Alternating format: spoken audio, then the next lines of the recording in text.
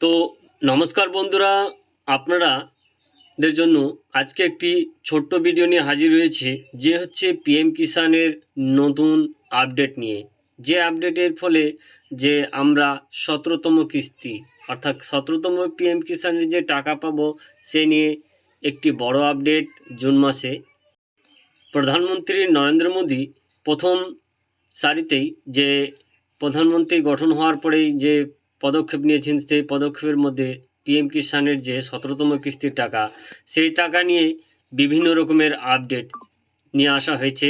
যে আপডেটগুলি আপনাদেরকে শর্ত পূরণ না করলে আপনারা 17তম কিস্তির টাকা পাবেন না। তো ভিডিওটি যদি ভালো লাগে তো স্বপন টেক গুরু ইউটিউব চ্যানেলকে লাইক, শেয়ার, কমেন্ট এবং সাবস্ক্রাইব করতে ভুলবেন না, আর বন্ধুদের মাঝে শেয়ার করবেন। আর লেটেস্ট আপডেট পাওয়ার জন্য আমার ভিডিওটিকে সাবস্ক্রাইব করে বেল আইকন ঘন্টিটিকে অন করে রাখুন। তো চলুন এবার কি বলা হয়েছে এই আপডেটে। তো এখানে প্রথমেই বলা হয়েছে যে পিএম কিষানের গদিতে বসেই মোদির বড় ঘোষণা, 6,000 টাকা পাবেন, এগুলি থাকবে। তার মধ্যে বলছে তো দায়িত্বে নেওয়ার প্রথমে পদক্ষেপ হচ্ছে যে পিএম কিষান 17তম কিস্তির টাকা প্রকাশ্যে অনুমোদিত বিকাশে, তবেই সেগুলির অনুমোদনের জন্য কি বলা হয়েছে আরও, তৃতীয়বার ক্ষমতায় বসেই 20,000 কোটি টাকা অনুমোদিত দিয়েছে প্রধানমন্ত্রী নরেন্দ্র মোদী। তো দায়িত্ব নেওয়ার পর প্রথম সারিতেই আইনি হিসাবে প্রধানমন্ত্রী কিষাণ সম্মান নিধির যে 17তম কিস্তির টাকা অনুমোদন দিয়েছে, তবে এই কাজ সেরে রাখুন 6,000 টাকার জন্য। তারপর বলছে প্রধানমন্ত্রী কিষাণ যোজনার 17তম কিস্তির জন্য অনলাইনে আবেদন করতে পারেন। তারপর বলছে প্রধানমন্ত্রী কিষাণ যোজনার জন্য আবেদন করতে অফিসিয়ালি ওয়েবসাইট pmkisan.gov.in এই অফিসিয়ালি ওয়েবসাইটে গিয়ে ক্লিক করে আপনারা আপনাদের যে বাড়িতে মোবাইলের মাধ্যমেই আপনাদের যে কেওয়াইসি সম্পূর্ণ করতে পারেন। না হলে আপনারা যে কোনো সিএসসি সেন্টারে বা আপনাদের যে নিয়ারেস্টে যতগুলো সিএসসি সেন্টার রয়েছে, সেই সিএসসি সেন্টারে গিয়ে আপনাদের যে কেওয়াইসি সম্পূর্ণ করে রাখুন, নয়তো আপনাদের যে 17তম কিস্তির টাকা আপনারা পেতে বঞ্চিত হতে পারেন। আরও কি বলা হয়েছে সে বিস্তারিত আলোচনা করব। তো ভিডিওটি স্কিপ করবেন না, ভিডিওটি স্কিপ করলে আপনারা বুঝতে পারবেন না। তো চলুন আরও কি বলা হয়েছে।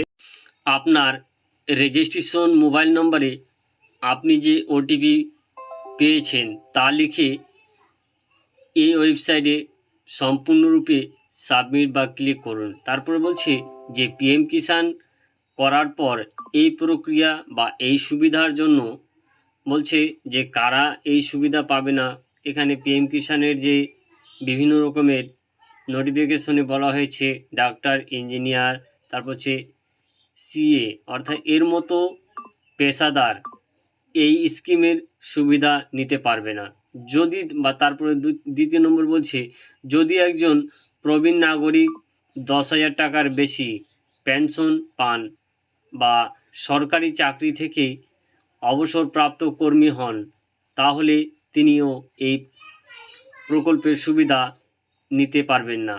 বলছে খাদ্য বা ব্যাংক অ্যাকাউন্টের আধার কার্ড সঙ্গে লিঙ্ক অবশ্যই থাকা প্রয়োজন।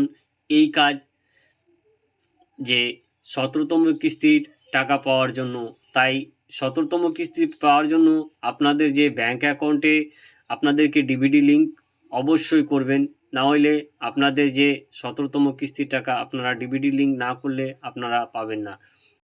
এই পিএম কিষাণ সম্মান নিধির যে কারা এই সুবিধা নিতে পারবেন, বলছে প্রধানমন্ত্রী কিষাণ সম্মান নিধির যে স্কিমে 2019 সালে পিএম নরেন্দ্র মোদী চালু করেছিলেন, যারা লক্ষ্য ছিল দেশের চাষযোগ্য জমি সহ সব জমির মালিক কৃষক পরিবারের সাহায্য দেওয়া হবে। এই প্রকল্পের আওতায় প্রতি বছরে 6,000 টাকা করে সরকার এবং 2,000 টাকা 3টি মাসিক কিস্তিতে সরাসরি সুবিধা ব্যাংক অ্যাকাউন্টে এই টাকা পাঠানো হবে।